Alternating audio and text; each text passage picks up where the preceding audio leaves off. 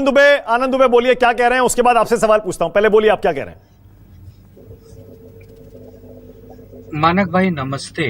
देखिए, जिस प्रकार जानबूझकर भारतीय जनता पार्टी और उसके सहयोगी हम पर आरोप लगा रहे हैं, सब निराधार है, बेबुनियाद है।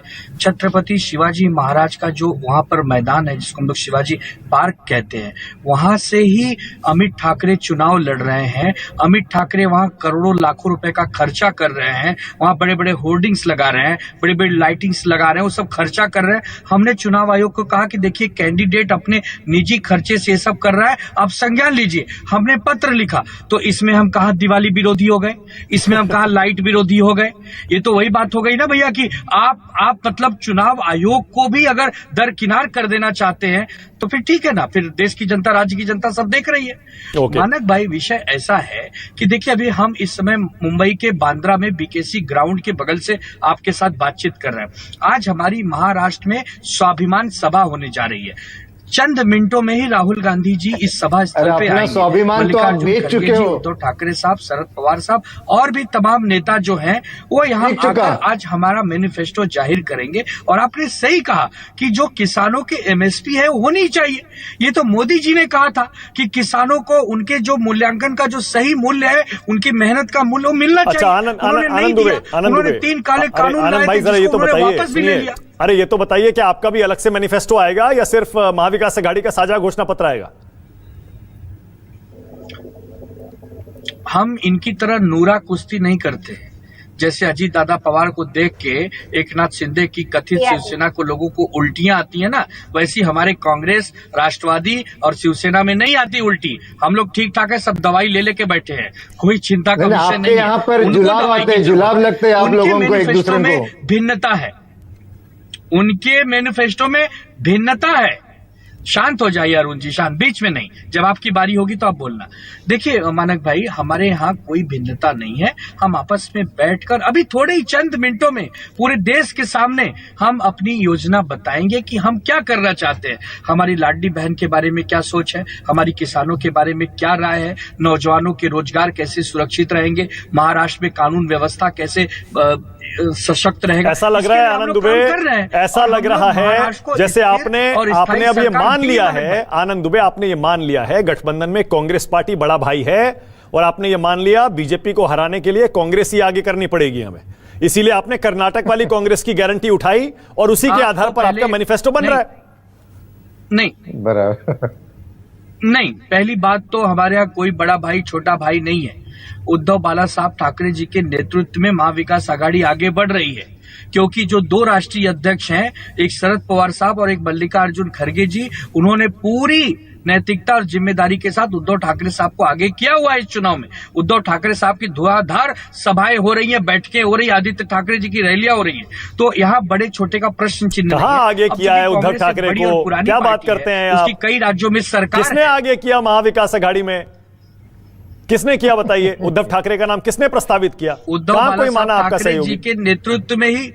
मैं वही कह रहा हूं कि नहीं, देखिए, अभी मुख्यमंत्री का प्रश्न 1 मिनट जरा साइड रखिए। लेकिन ये पूरा चुनाव तो उद्धव बाला साहब ठाकरे जी के नेतृत्व में लड़ा जा रहा है ना। दोनों कहां नेतृत्व में? किसने तय कर दिया? शरद पवार साहब खुले मंचों से उद्धव ठाकरे साहब की तारीफ करते आ रहे हैं। अरे कहां आप? किसके नेतृत्व में? क्या बात कर रहे हैं आप? नेता को ये कहां है? यहां तो शरद पवार हैं, नाना पटोले हैं, यहां उद्धव ठाकरे आपके नेता हैं, फिर राहुल गांधी भी आ रहे हैं दिल्ली से। कमाल करते हैं आप। किसके नेतृत्व में चुनाव लड़ा जा रहा है? अरे तो ये तो खुशी की बात है। राहुल गांधी जी हमारे राज्य में आ रहे हैं, हमारे मेहमान हैं, उनके स्वागत में हम सब खड़े हैं। अब आज वो जो भाषण देंगे उससे बहुत लोगों को मिर्ची भी लगने वाली है, तो हम क्या करें बताइए। अरे भाई, कांग्रेस एक पुरानी और बड़ी पार्टी, उसकी कई राज्यों में सरकार है। अगर उनके किए गए सकारात्मक कार्यों से हम कुछ सीख रहे हैं, उसको अपनी मैनिफेस्टो में जगह दे रहे हैं, ये तो बड़े खुशी की बात है। ये तो वही होता है जहां लोकतंत्र होता है। आनंद दुबे बैकफायर ना कर जाए। सुनिए, मैंने आपसे सवाल किस लिए किया? गुलाम बनाना पसंद करता है। आनंद दुबे, ये बैकफायर ना कर जाए, क्योंकि कर्नाटक में कांग्रेस की गारंटी विवादों में है। मल्लिकार्जुन खड़गे खुद कह रहे थे अपने ही मुख्यमंत्री से और उप मुख्यमंत्री से, वादे वही करो जो निभा सको। जरा सोचिए आप, और आप वही वादे महाराष्ट्र में कर रहे हैं। मानक जी, पहली तो कोई विवादों में योजना नहीं है। उन्होंने डीके शिव कुमार जी को जस्ट एक सलाह दी थी कि बहुत सारी योजनाएं जो होती हैं, जो अगर पैसे नहीं होते और फिर हम उसको घोषणा कर देते हैं तो उसको जुमलाबाजी कहा जाता है। हमारे यहाँ देखिए, एक बार रेवड़ी मीठी होती है मानक जी, रेवड़ी तो किसी के खाने के काम आती है, लेकिन जुमला किस काम आता है? जुमला तो कड़वा कड़वा होता है। अच्छे दिन का जुमला, 15 लाख का जुमला, काला धन आएगा वापस इसका जुमला, महंगाई कम होगी जुमला, पेट्रोल 30 रुपए हो जाएंगे जुमला, डॉलर और रुपए के बीच में जो अंतर है वो कम हो जाएगा जुमला। ये जुमले को हमने देखा है ना मानक भाई, तो कम से कम जुमले से अच्छे तो रेवड़ी है। आनंद दुबे, एक बात तो कम से कम मैं जरूर कहूंगा, जब ऐसा लगता है कि कांग्रेस, एनसीपी, शरद गुट और उद्धव गुट ने यह तय नहीं किया था कि लड़की बहन योजना का मुकाबला कैसे करना है, आप कई महीनों से लगातार मेरे ही शो पे कहते आ रहे थे कि हम लड़की बहन योजना को बंद नहीं करेंगे, उसे बढ़ा के देंगे, उसे और बढ़ा के देंगे और बढ़ा के देंगे। इसका मतलब आपकी बात लगता है आपकी पार्टी और गठबंधन के नेताओं ने सुन ली है। लेकिन अब सवाल यही है, आप भी मान रहे हैं कि एक मास्टर स्ट्रोक तो चल दिया शिंदे जी ने, महायुति ने इतना बढ़िया मास्टर स्ट्रोक खेल दिया कि आपको उस योजना को जारी रखना पड़ेगा, बढ़ा के देंगे। जब 2.25 नहीं मानक भाई, 2.25 वर्ष इनके हाथ में थे तब ये योजनाएं लाए नहीं। जब जमीन के नीचे, पैर के नीचे से जमीन खिसक गई और जब लगा कि अब बहुत पानी पुल के नीचे से बह गया, तब ये जागे हैं अपनी जान बचाने के लिए। लेकिन जनता ने पकड़ लिया, हमारी माताओं बहनों ने पहचान लिया, उन्होंने सोच लिया, मन बना लिया कि इनसे तो होना नहीं है। ये तो 2-3 महीने के लिए जुमलेबाजी कर रहे हैं। असली मदद महाविकास आघाड़ी करने वाली है उद्धव ठाकरे जी के नेतृत्व में। आनंद दुबे, आप ठीक है, आप अपना फर्ज निभा रहे हैं, बार बार उद्धव ठाकरे के नेतृत्व में आप कह रहे हैं, आपका हक बनता है, आपकी जिम्मेदारी भी है। लेकिन देखिए, आप राहुल गांधी को पीएम बना रहे थे। आनंद दुबे, लोकसभा चुनाव के पूरे 3-4 महीने के प्रचार में आपने बार बार कहा, मेरे शो पर 100 बार कहा, राहुल गांधी पीएम बनेंगे, राहुल गांधी पीएम बनेंगे। क्या हुआ? और यह सवाल मैं इसलिए कह रहा हूं क्योंकि राहुल गांधी के नेतृत्व में सही मायनों में आज आपका घोषणा पत्र जारी हो रहा है और कांग्रेस की वही 5 गारंटी जिस पर कर्नाटक में बीजेपी को हराया था कांग्रेस ने। अब कैसे लोकसभा चुनाव के बाद आप मान रहे हैं कि राहुल गांधी की गारंटी पर महाराष्ट्र की जनता यकीन करेगी?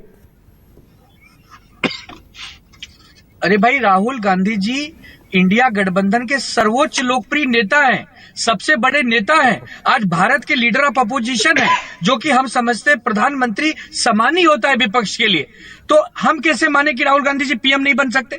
जिस प्रकार राहुल गांधी जी की छवि में पिछले 2 वर्षों में बढ़ोतरी हुई है, उनकी लोकप्रियता में अपार एक बढ़ोतरी दिखाई दी जा रही है, तो हमें लग रहा है कि प्रधानमंत्री अभी तो हरियाणा हार के आ रहे हैं, क्या बात कर रहे हैं आप? वहां भी नहीं चली कांग्रेस की गारंटी।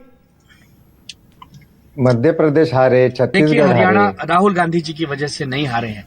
हरियाणा में एक समन्वय की कमी थी, वहां की लोकल कांग्रेस पार्टी की एक समन्वय नहीं बैठ पाई। अगर कुछ और दलों को, सहयोगियों को साथ ले लिया गया होता। अरे मैं कह रहा हूं, कांग्रेस की गारंटी हरियाणा में नहीं चली। आनंद दुबे, आप उस गारंटी के आधार पर महाराष्ट्र में जाने की कोशिश कर रहे हैं?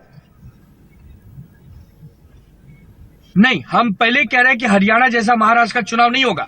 महाराष्ट्र का चुनाव अस्मिता का चुनाव है। महाराष्ट्र का चुनाव यहाँ की संस्कृति सभ्यता का चुनाव है। जिस प्रकार यहाँ पे तोड़फोड़ हुई है, षड्यंत्र हुआ है, भ्रष्टाचार हुआ है। अरुण सावंत आपका जवाब दे रहे हैं, तो उसके बाद आ रहा हूं, 1 सेकंड जरा। अरुण सावंत,